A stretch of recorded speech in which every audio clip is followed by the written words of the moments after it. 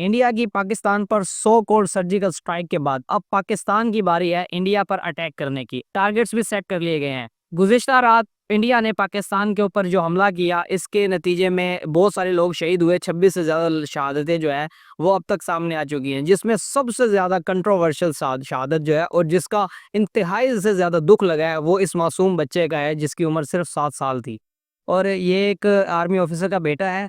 इससे हटकर सर, एक मासूम बच्चा, आपने एक मासूम बच्चे को मारकर, और आपकी मिलिट्री, अगर फर्ज किया हमारी तरफ से अगर कोई रिटेलिएशन हुई भी थी या हमारी तरफ से अगर ये कोई ट्रेनिंग कैंप्स मौजूद भी थे और वहां पर दहशतगर्दी कर भी रहे थे, तो सर आपकी फौज हमला करके हमारे मासूम बच्चों को मार रही है, जिसका कोई जवाब नहीं बनता। बहरहाल आपने उसकी भी मुंह की खाई। अब तो जो है वहां पर जो जंगी त्यारे जो कल 5 गिराने की पाकिस्तान ने क्लेम की है, अब उस पर भी सवाल उठने शुरू हो गए हैं। कल वहाँ की न्यूज़ चैनल्स जो हैं वो तो सारे खामोश है, इस बारे में कोई बातचीत नहीं कर रहे कि हमारे कोई त्यारे गिरे हैं या नहीं गिरे।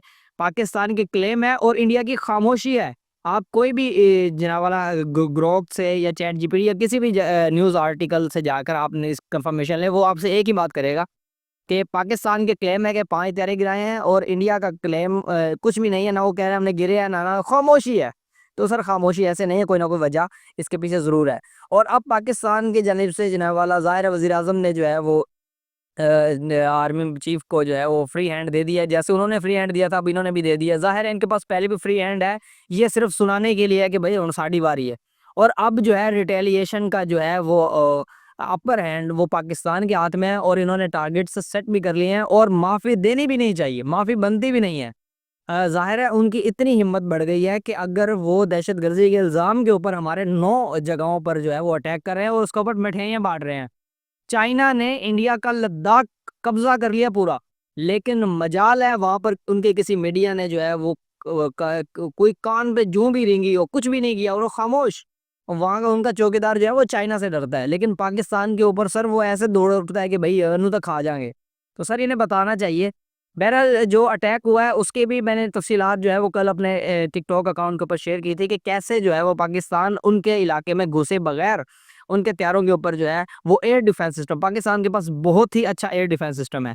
अच्छा, पाकिस्तान का नहीं है। इसके ऊपर भी ज़रा तफसीलन अगर बात करें ना, तो कल जो है जो जंग हुई है, जो लड़ाई हुई है कल रात की, वो थी फ्रांस और चाइना के दरमियान। क्योंकि हमारे पास जो आलात मौजूद हैं एयर डिफेंस सिस्टम, वो चाइना की मदद से है, और जो F-70 थंडर जैसे त्यारे हैं, जो डॉग फाइटर मिसाइल है हमारे पास, वो सारा चाइना का इक्विपमेंट है हमारे पास, चाइना की मदद से है, इसमें नो डाउट।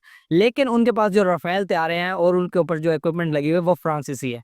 कल जो है वो हमारे तोपची तो हमारे थे, लेकिन जो तोपें थी ना वो फ्रांस और चाइना की थी, और उस जंग के अंदर, फ्रांस और चाइना की जंग के अंदर, चाइना जीत गया है।